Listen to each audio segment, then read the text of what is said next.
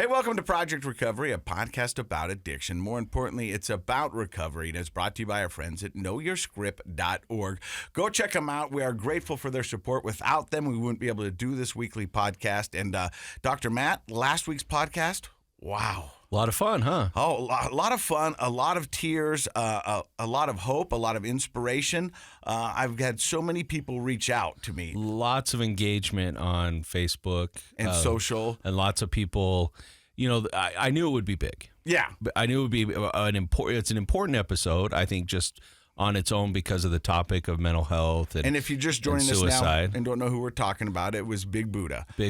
Formerly of Fox 13. He came in to talk about a failed suicide attempt, finding himself, and it's fresh. He's just barely in that beginning of that recovery from having a major mental health episode. And you could see how raw it was for him. And I remember before we started the podcast, and I asked him, I was like, "Are you sure you want to do this?" And he goes, "Yes, I have to." Because he has that persona of being just big and happy, and he is.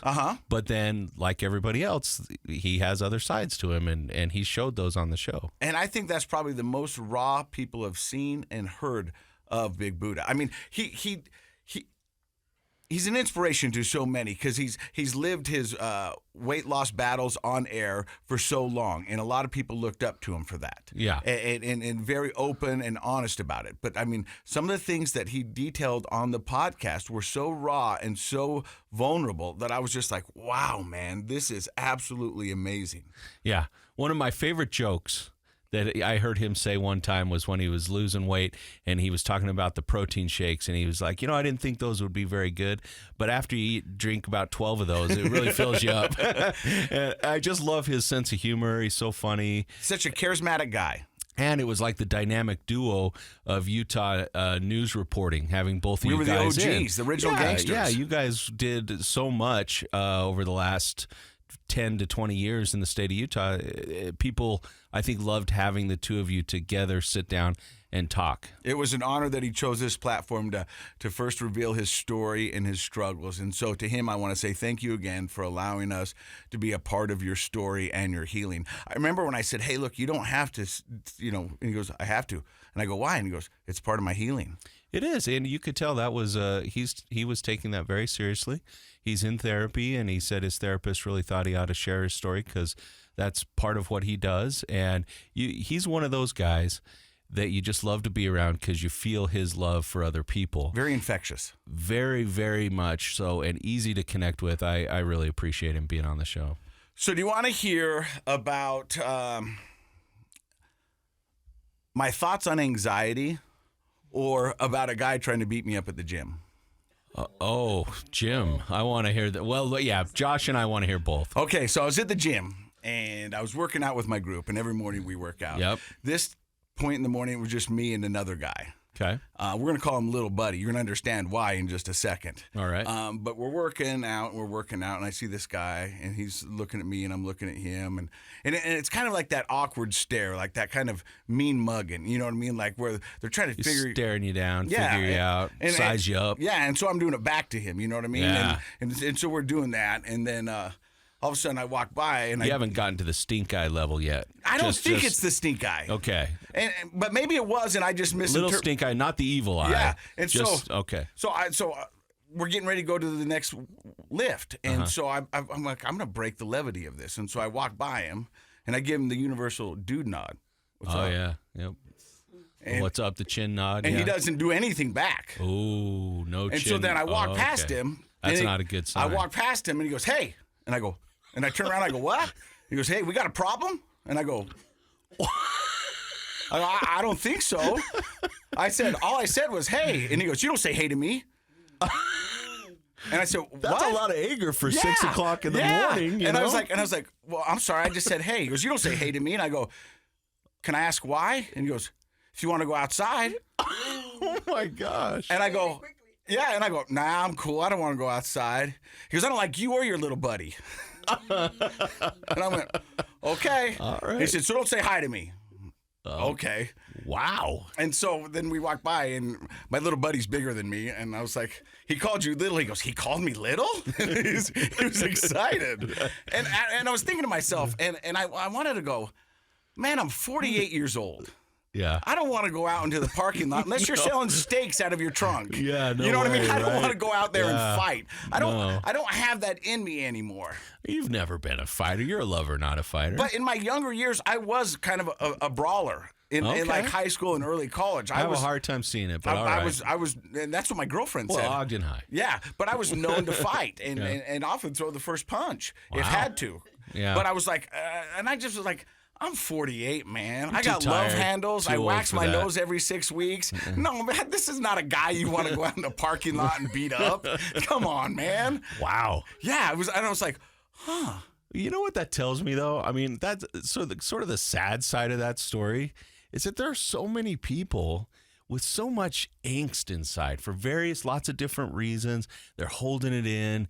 And it's just, it overflows sometimes. And here's this guy who is doing something good. He's working out early in the morning, but unfortunately he's carrying around a lot of anger. That's too bad. And I wanted to, I want to talk to him and go, hey, look, man, I don't know if we got off. Have you ever seen him at the gym before? I see him all the time. I saw him this morning. Oh, okay. Yeah, and we did the 100-yard stare at each other and didn't say anything. You know what I mean? Did you say hey? No, I didn't say hey. Okay. But I was my buddies were going to get me a shirt that says "Don't say hey to me," and I was going to wear it to the gym. But then I was like, that was the old Casey. That would be poking the bear. And I was like, I don't want to poke the bear. Yeah. I don't want to do that. I kind of want to just go, look, I don't know if we got off on the wrong foot. I don't know what's going on. Is there anything I can help? But I don't think he wants any of that. You know what I mean? And so I just have to let it go. I'd give him space, yeah. But the old Casey was like, why don't you like me? Now, here's the real truth. I don't care if you like me or not. You don't affect my day-to-day operations or how I live. Right. It's just unfortunate that now we've got to kind of do this dance around the gym so we're not next to each other. Yeah, it's a little weird, huh? Yeah.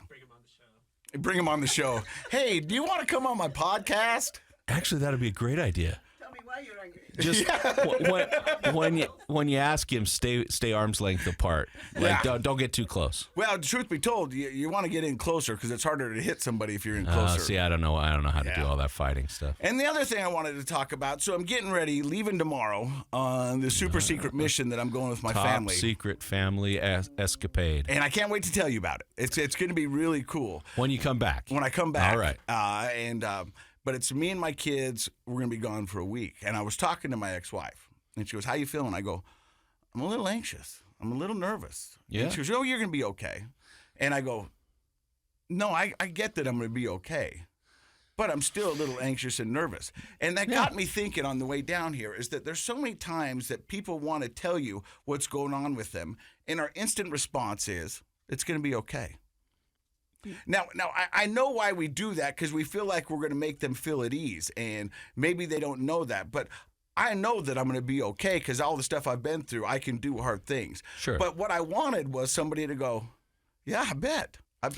It's a little, no offense to, because we've all said it. We've all said, oh, it's going to be okay. But it's a little invalidating to the person's feeling, who's feeling stressed or feeling anxious or worried, to just say, oh, don't worry about it, it's going to be okay. Obviously, the intention is what you said. We're trying to make them feel better.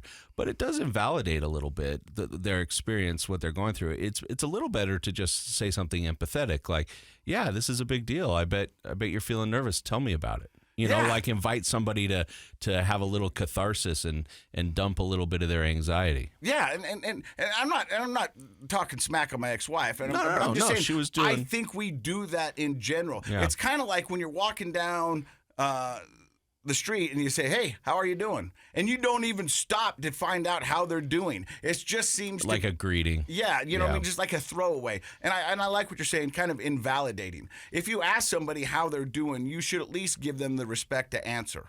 Right. It should be a sincere thing if you take the time. Yeah. So tell us, Casey, what are you anxious about? I'm going to be gone with my kids for 7 days. Right. I'm going to a foreign country. I was going to say, can we say it's out of the country? It's a trip. Yeah. It's a trip. Foreign country. Is your ex-wife nervous you're taking the kids to another country? No, because she knows that I'm a scrapper and that I'll take care of them and they're my number one priority. But this, to be honest with you, to go back to recovery, because that's what this podcast is about, this is the first time that I've been with all my kids by myself on a vacation, completely sober. Yeah. And I'm the adult.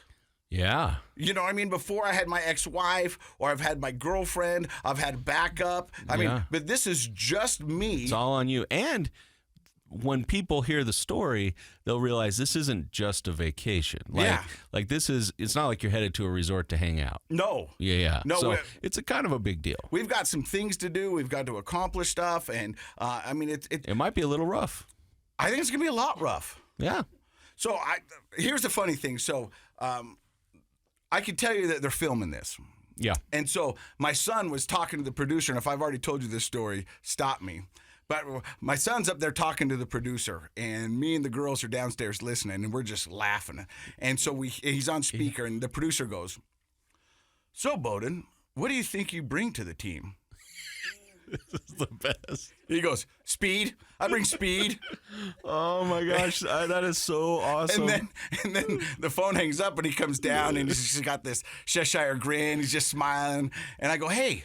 You're like, "Hey, Flash, what's up?" I go, "Hey, who told you you're fast?" He goes, "No one, Dad. I just know." I just know. I go, "You're not fast, man." Bowden doesn't really seem like the speedy type to me, but and so but I love that he thinks he is. So this adventure we're going on right now it's funny to see it through their eyes. My oldest daughter, she's a little bit nervous. Frankie, she's kind of like, okay, we'll see what happens. And Bowden thinks he's going to Disneyland. You know what I mean? And so I think he's on his own wavelength. Yeah, I think most when he of the time, gets there, he's going to be like, "Whoa, Dad, this is what you didn't promise this. We didn't sign up for this." Yeah, like, there's a mouse, but his name ain't Mickey. There are a lot of mice, I bet, where you're going. Let me ask you this though. Yeah. Looping back then to recover. So this, like you said, this is your first time taking the kids, like vacation-ish, like out of the country, all by yourself, without drinking. You'll be sober the whole time. Yeah. Tell me one thing if your anxiety gets high. Yeah. Because you've had panic attacks before, you're prone to some of that. If you're there and it's stressful, in the past you might have gone for a drink. What's a tool? What's a skill you're going to use now to like calm and ground yourself? Breathing and meditation. Okay. I mean, it's the square breathing that really, it slows me down. That's one of your staples, that you like the square breathing. Yeah. You know what I mean? Yeah. And just slow my body down and realize that whatever is happening to me right now will pass. And what that does is it regulates your heart rate, which sends a message to your adrenal glands to chill out. Adrenaline dries up and your muscles relax. And so practicing that kind of breathing is a great skill you can use anywhere. So no wonder it's one that you rely on. Before, I would be thinking, how quick can I get to a bar? How quick can I get to the room to the mini bar? Or just trying to figure out. Right. And then you know what that did? That would monopolize my thoughts and all my energy of how to get to a drink. And then you know what that does? That takes me out of being present with my kids and what's going on. And so it robs you of those kind of experiences. And this experience is one that we're going to be able to talk about for the rest of our lives. Okay? Yeah, I'm excited for you to come on and tell us about it. Yep. So that's just a little insight into my world, and that's normally how we start a podcast here on Project Recovery if you're just joining us. And if you are, thank you for joining us. We do one every week. I am Casey Scott. That's Dr. Matt Woolley. He's a clinical psychologist. And our guest today is Miriam S. How are you? Oh, just fine and wonderfully blessed, and also very excited about being with you guys. And what a pleasure. We were talking about the energy, infection, and infectiousness of Big Buddha. Oh, she's got it. Oh, she does. I mean, she walked in there, and like we've been in here before where we do this this monologue where we talk back and forth, and our guests just sit there in silence. But you notice Miriam, she was jumping right in. She was like, "Hey, mics are on. Let's go." She wanted to jump in. I'm excited to have her on the show today. She's going to share some good stuff. Find out about Miriam's story and about a wonderful program called Al-Anon. You're listening to Project Recovery right here on KSL. Hey, welcome back to Project Recovery. I'm Casey Scott. That's Dr. Matt Woolley. He's a clinical psychologist. Our guest today is Miriam S. How are you? Just fine, thank you. Now, let me ask you, it's kind of a personal question. Yes. But how young a lady are you? You know, the interesting part about it is that if you ask me my age, I don't know. Because age has never been a factor for me. It has never been important because I feel as young as ever. And as a matter of fact, my life is even better now than it was before. Wonderful answer. Probably a bad analogy to use on a recovery podcast, but you're like a fine wine. Yes. You're aging. Getting better. Right? Yeah. Yes. And so where does the story of Miriam S begin as it relates to addiction? And I know you're not an addict, correct? No. But where does your story begin? My story begins when I was confronted with a member of a loved one that started doing drug addiction. And in my family, there has never been a history of addiction, alcoholism, nothing. So I was totally ignorant. I couldn't recognize the signs. I didn't know, even if I could have had it in front of me, cocaine or whatever, or heroin, I would not have recognized it. And therefore, a lot of the things I didn't see. And so would you say you were pretty naive? very, very naive. I didn't know what I knew a little bit about AA, but I didn't know about NA or all of the other programs, the 12-step programs that are here to help people. So did you grow up in the States? No, I didn't. Where did you grow up? I was born in Guatemala, in Central America. And when did you come to the U.S.? I married a person who was working at the embassy, doing embassy duty, and so I came in as an adult, 21 years old. Yes. So growing up in Guatemala, did alcohol, was it prevalent? Was it around your house? Was it around, the kind of circle of people you hung with, or was it just kind of non-existent? It was non-existent because we were very religious, and therefore it was not something that we saw. Now, we saw it on the streets. We saw people who were, to the point that they were on the streets living, and drunk and everything else. But we didn't understand the problem. We didn't know what it was or anything of that nature. Now, I also had an uncle that was at that level. And that uncle would come in, at times, would come to visit my father. And he would ask for food and clothes and shoes because he would be on the streets and everything would be stolen from him. And that was my first encounter, but really we didn't live with him. So therefore we didn't see the effects. We didn't know. We didn't really understand what the problem was. I think a lot of families would relate to your story. There are a lot of families, especially here in the Salt Lake community, that because of religious beliefs, they don't have any direct experience with drugs and alcohol, and they may have a distant relative, or they of course we know that it exists, but as far as it being a personal in your home or with your friends. So I think that kind of growing up without any knowledge, being somewhat naive to all of that's pretty common, and therefore when you are faced with it, you don't know what to do. We don't have the tools. Like you said, you don't know the signs. We don't. Yeah. We don't recognize it. We don't have the tools. We don't know who to go to, which programs are available. It is a total ignorant position to be in. And it feels like they hit you with a hammer on the head. Yeah. And you're bleeding, and you're hurting, and you're crying, and you don't know where to go. Now, I was attending church. That was the interesting part about it. I was attending church, and I couldn't open my heart to tell anyone. I didn't tell my pastor. I didn't tell my friends. To this point, I have not even told my family.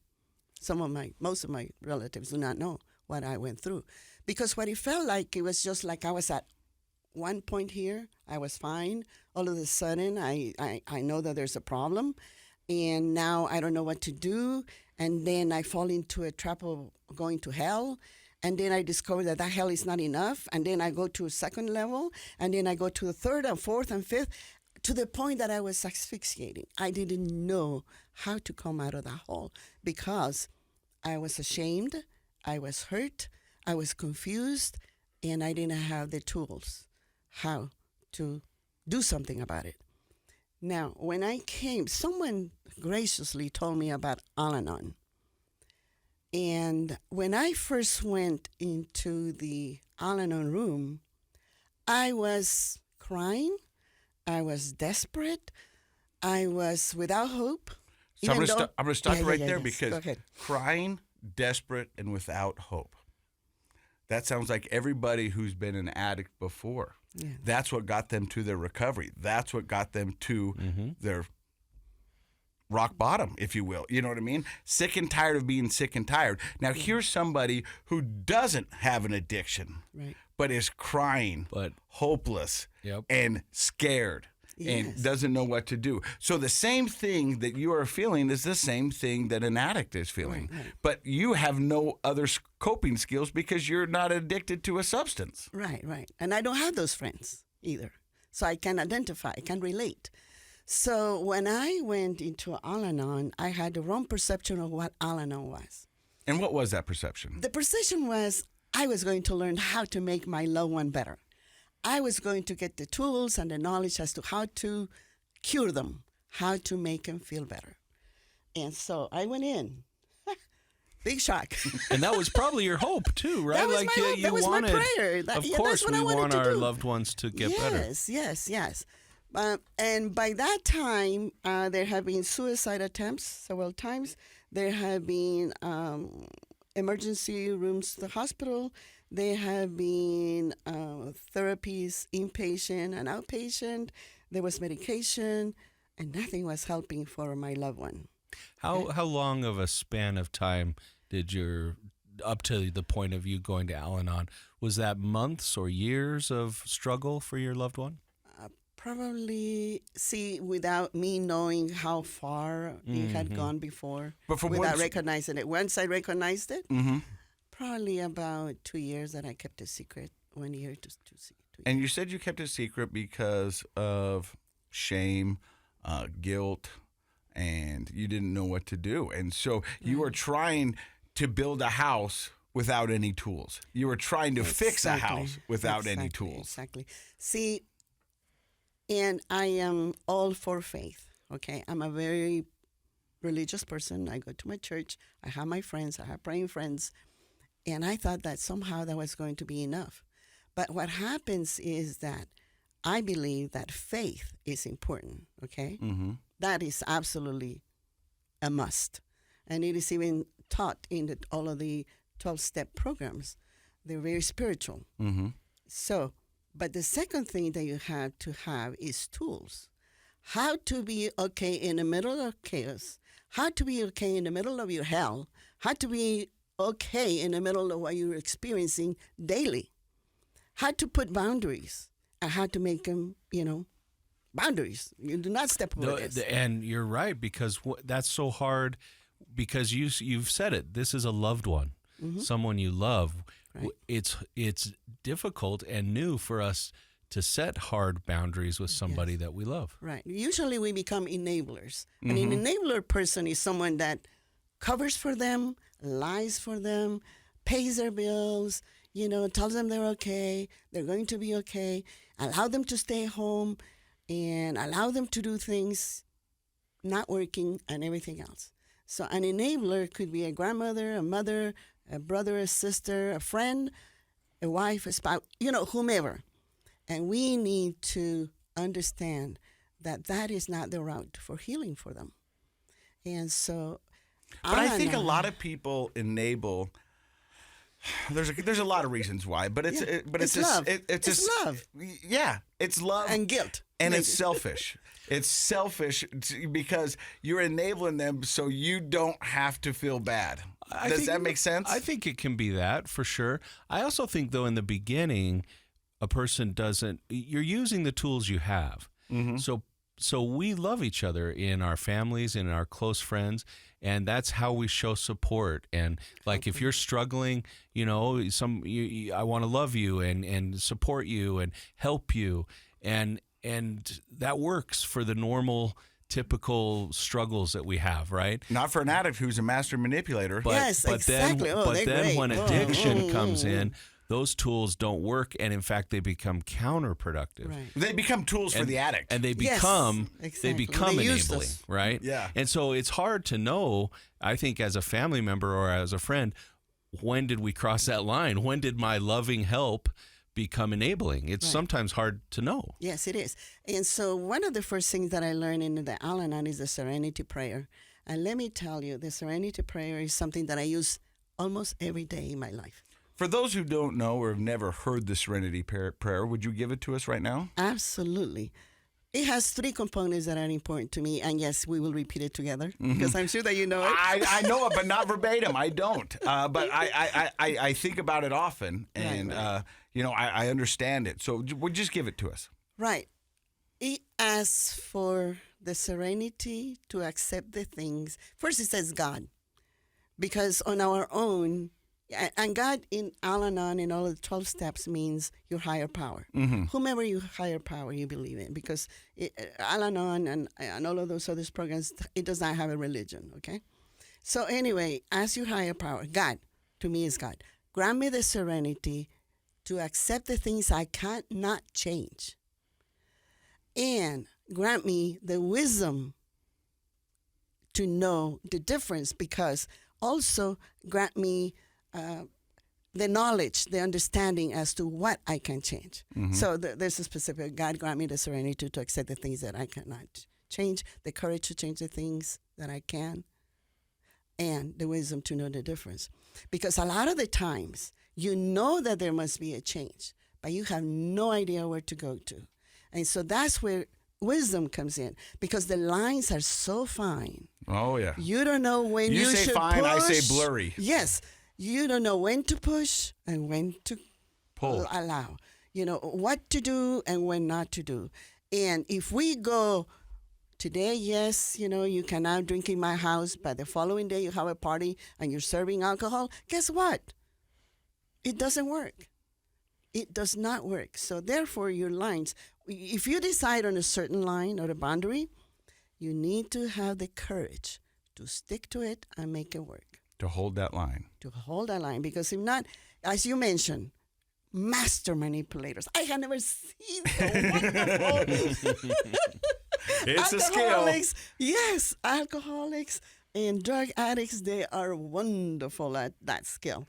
And let me read We're going to something. make you take a break for Yes, just yes. 1 second. We come back, we're going to talk about your first experience in an Al-Anon room. You're listening to Project Recovery right here on KSL.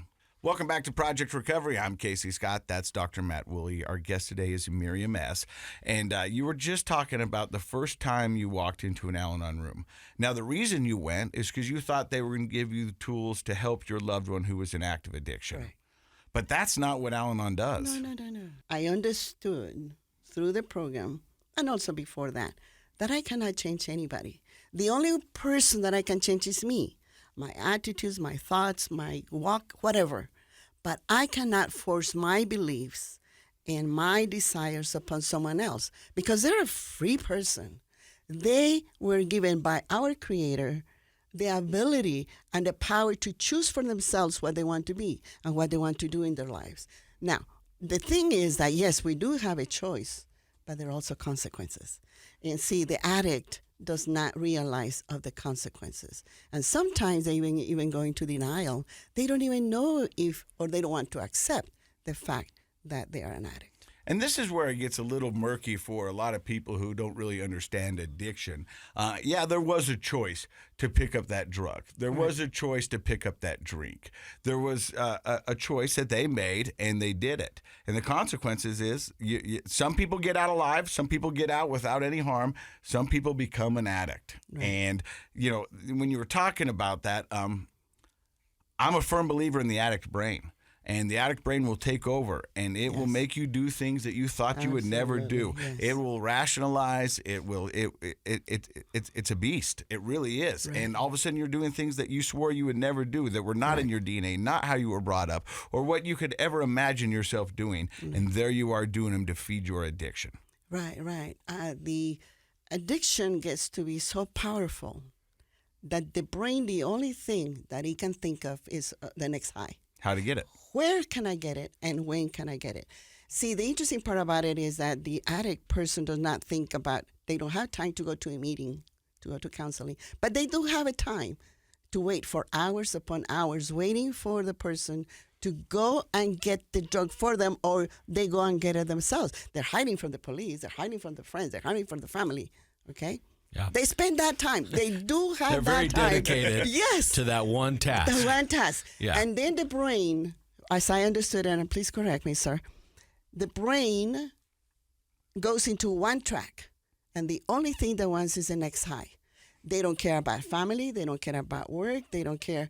And they don't even experience joy unless that rush of the drug is in their system, because now they cannot enjoy a sunset, a sunrise. Yeah. They can even enjoy the smile of a child. Isn't that sad but very true? You said it very well, that it robs a person of all the beautiful things of life.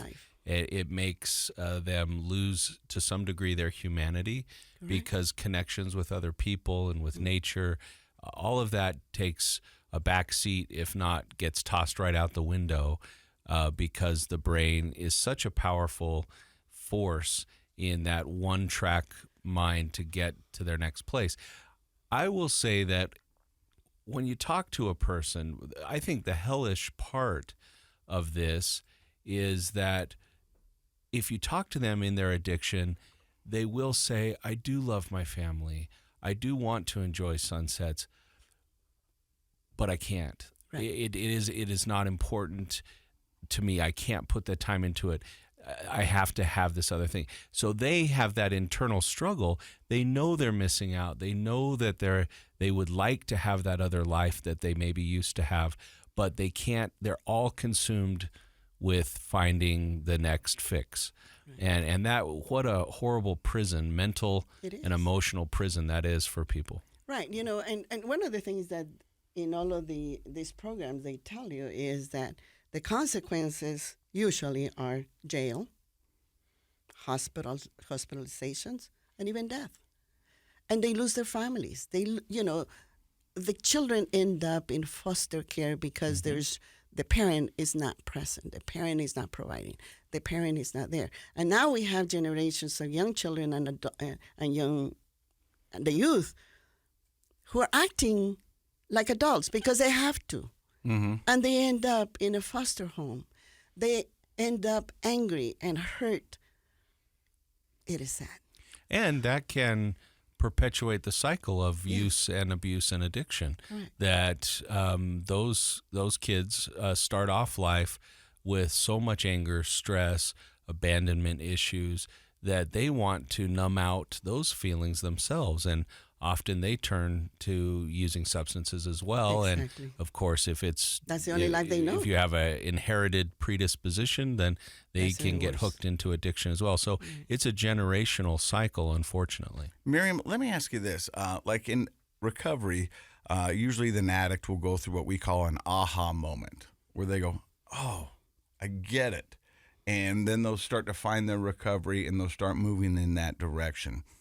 In Al-Anon, can you tell me, was there an aha moment that you went, okay, this is making sense. Okay, I'm going to be okay. And all I can do is control me. And I'm going to be okay with that and see where this goes. Did you have an aha moment? My aha moment probably came in when I realized that there were others who were doing better, even though they were in the same situation than what I was. My aha moment came when, okay, I can breathe. I have people around me that understand my situation. They're going through it, and they're okay. I mean, it's a struggle every day for them because some of them, their children or their wives or whatever, they're still in active addiction. But nevertheless, they were still okay. They were living, and they were smiling, and they were enjoying themselves. That was my aha moment. Now, on this podcast, a lot of times we talk about addiction, and the opposite of addiction is what, Dr. Matt? I think we'd say it's connection. And it sounds like, that's what they're going through. So for your experience, I was just thinking the contrast of the two things you just said. You're a religious person who enjoys your church's community, right? Mm-hmm. But even though those are loving, supportive people in your church, you didn't feel like you could really open up and talk to them because they didn't, at least you thought, they wouldn't relate to what you were going through. Right. And so that's no fault of their own, but that's just how it was. When you went to Al-Anon, you were with another group of loving, caring people, but that connection empowered you. I could see as you were telling that story, the smile that came to your face, a look of relief as you were remembering that feeling, because now you're connected with other people that are going through the same thing. And you could see that they were a little bit ahead of you. Correct. They were doing well, even though they were still struggling with the awful addiction and with their loved one. It seems like that inspired you to connect with them. See, I perceive, I might be wrong, okay? I perceive that my church people, my friends, they didn't have the skills that I needed, okay? They were loving me, and they were praying for me, and they were praying for my loved one. And that is wonderful because that supported me, okay? Sure. That gave me the faith to continue and not kill myself, probably. But with my other friends, with the Al-Anon friends, it was a different support. It was, okay, they're like me. They've gone through similar situations Yes. as you, and they've dealt with it. And I was not ashamed. I was not ashamed because they were going through the same things. And they And yes. that's a powerful type of connection. You also mentioned Al-Anon, which working a lot with teenagers as I do. I know that teen therapy groups of all sorts are very powerful for that age group because teenagers, they don't think us adults know anything, and they may love us, but they don't really relate to us, but they relate to each other. Just like a mother who and a wife, an adult who is struggling with a loved one who has an addiction, you're going to connect better with somebody who's in your position of life. Correct. And that is such an important part of healing, is knowing we're not alone and having somebody who can sort of connect and mentor us a little bit. This is what I did, and this is what we're doing. And that's why anybody who's listening to the show today, I really hope you'll reach out and look at Al-Anon programs in your area, because it's a powerful and unique experience that you can't get anywhere else, really. I mean, like, you just can't. Even with other wonderful groups like your church group or your neighborhood or your family, who all love you, but they don't have that same experience. Yes. And the tools and the literature and the programs that they have a social program that they're going to have very soon. It's going to be a Bryce, where you have connection and games and stuff like that. The Al-Anon has a camp that, the kids do their own program. And it is, let me tell you, it flourishes. It's fascinating because they're facing the same things and they had to make the same choices. Now, when the Al-Anon team goes into these programs, our hope and our desire is that they learn the tools to cope with and break the chain. Yeah. Yep. Break that chain that is going to make them free. And it's a beautiful program. And the beautiful thing also, like any other program of the 12 steps, it's available 24 hours a day. It's available in any country as you visit. It's available around the world. And you don't have to pay anything. And there are meetings that are physical still. Some are by Zoom, and some are together, Zoom and physical. So actually, help is there. Help is available. So I'm going to have you do something for me, because I think a lot of people who listen to this podcast are loved ones of addicts and don't know what to do, don't know where to go. So if somebody who's listening to this podcast right now has a loved one who's in active addiction and they don't know where to go, why should they go to Al-Anon? Mm-hmm. I believe that the 12 steps of all these programs, and Al-Anon, of course, are basic, and they should be followed by everyone. They should be followed by everyone. But with Al-Anon and this program, it's a beautiful thing. It will teach you how to live right. And let me tell you the most amazing thing in my life. Mm-hmm. And that was the most difficult part of the Al-Anon program, okay? Something that hit me between the eyes. How do you love someone and yet put your distance, okay? So that they can be okay and you can be okay. How do you love someone in spite of what they're doing? And the most interesting part for me, how do you respect their choices? That was the biggest lesson of all for me. How do you respect the wrong choices they're making? You don't agree with them. You don't bless those choices. You know they're going to have horrible consequences, jail, prison, I mean to say jail or hospital, death. Okay? And yet, you still love them through all of that. But you're not an enabler now because you have the tools. You are okay in spite of what they choose. And to love them and to respect them. That's the most beautiful thing that you can learn through the Al-Anon program. And why should you go? Well, unless you want to go through the hells that I went through all by yourself, there's no reason. There is help available so that you can be okay, so you can be healthy mentally, spiritually. So you don't have to live with that fear of, what are they doing? You know, oh my goodness, the control issues. So they haven't come home. Are they in jail? Are they in the hospital? Are they drinking? Are they in a crack house? Are they? And if you have the misfortune of watching someone overdose and you have no idea what to do, who to call. You don't want to call the police. You think you don't want to call the police, right? And you see them dying in front of you. Or you see them dying at the hospital. You need the help. And you need to go into these rooms. Let me tell you what I did too. And that's one of the things why now I serve, okay? Once you have the tools, then you want to share with the whole world. And this is the hope that, you know, when I came here today, to share with the whole world that there is hope available to all the families, all of the members of their family, because drug addiction, yes, it is a family disease. We consider that. Yes, and they start by choice. No, and sometimes it starts because you're sick and the doctor gives you medication that is stronger, and now it is not working, and then you go into another one, and now you're going to self-medicate, and it becomes a pain, any problem. Also, you ask, what is that moment for the drug addict? You know, when you said enough is enough.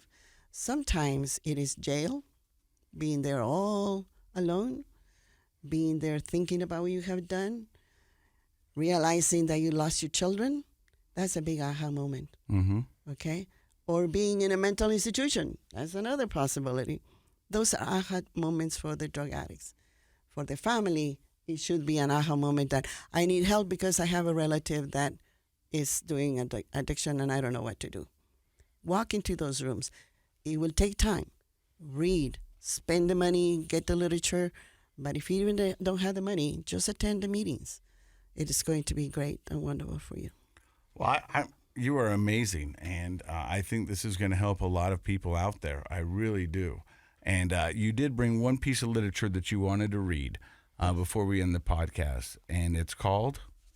Okay, this is the NA, Narcotics Anonymous, but I want to read it here because a lot of the times the addict and the families do not recognize that they're an addict. But it says, who is an addict? Most of us do not have to think twice about this question. We know our whole life and thinking was centering drugs in one form or another. The getting, the using, and finding ways and means to get more. We live to use and used to live. Very simply, an addict is a man or woman whose life is controlled by drugs. We are people in the grip of continuing and progressive illness whose ends are always the same: jails, institutions, and death. One more. As addicts, we are people who use of any mind-altering... let me try it again. As addicts, we are people whose use of any mind-altering, mood-changing substances causes a problem in area of life. You know, I read that when I was in recovery, and every once in a while in all the forums that I'm signed up to on Facebook and Instagram, that pops up, and I read it every time I see it. And I'm grateful that I'm no longer in active addiction. That definition is important to read because it can burst the bubble of denial. Exactly. The addict, the person using, is always in denial in the beginning. This isn't a big enough problem. I'm okay. I'm just like everybody else. I can quit every time I want to. Mm-hmm. I still have a job, whatever their denial is. I said all of them. Functional. And the family. If you're a parent, if you're a spouse, if you're the child of an addict, if your child's the addict, the denial, oh, they'll be okay. They're just going through a phase. They'll grow out of it. They'll get it together. It's important to read that definition to keep the reality, keep your feet based in reality, knowing that you or your loved one needs help. So thank you for sharing that. And Miriam, thank you for stopping by and sharing your story on the podcast. For those out there who would like help from Al-Anon, you've said it before, help is out there, whether it's in-person meetings or Zoom. How do people find out where a meeting is and how they can get in touch with you guys? It's very, very easy. Google it. Go and find, any way to find information. Al-Anon, it will pop up. And then it says meetings. And then you say, I'm not saying, but write down where you live. And it gives you tons. Let me tell you, even in Spanish, Salt Lake City has a program that meets every day. Different people every day. That's so bueno. Help is there. Muy bueno. See what I did there? That was some good Spanish, buddy. Thank you. Yeah. I used to say, dos cerveza, por favor, and dos días de baño. Yeah. But I don't drink anymore. I still need to know where the bathroom is. Yeah, you hold on to that second one, yeah. Miriam, thank you so much. You were such a ray of light. We appreciate you taking time and coming by. And I think I'm going to ask her to start reading me bedtime stories. Did you see how, I was enthralled with her reading? I mean, the actions, the inflections. I mean, it was all there. Yes. Thank you so much. Thank you. It was an honor. And thank you for stopping by and listening. Once again, thank you to our sponsor, KnowYourScript.org. Go check them out. And thank you for stopping by and listening to Project Recovery. And in case you forgot, Project Recovery is what? It's a KSL podcast, Casey. Bueno. Muy bueno. Muy bueno.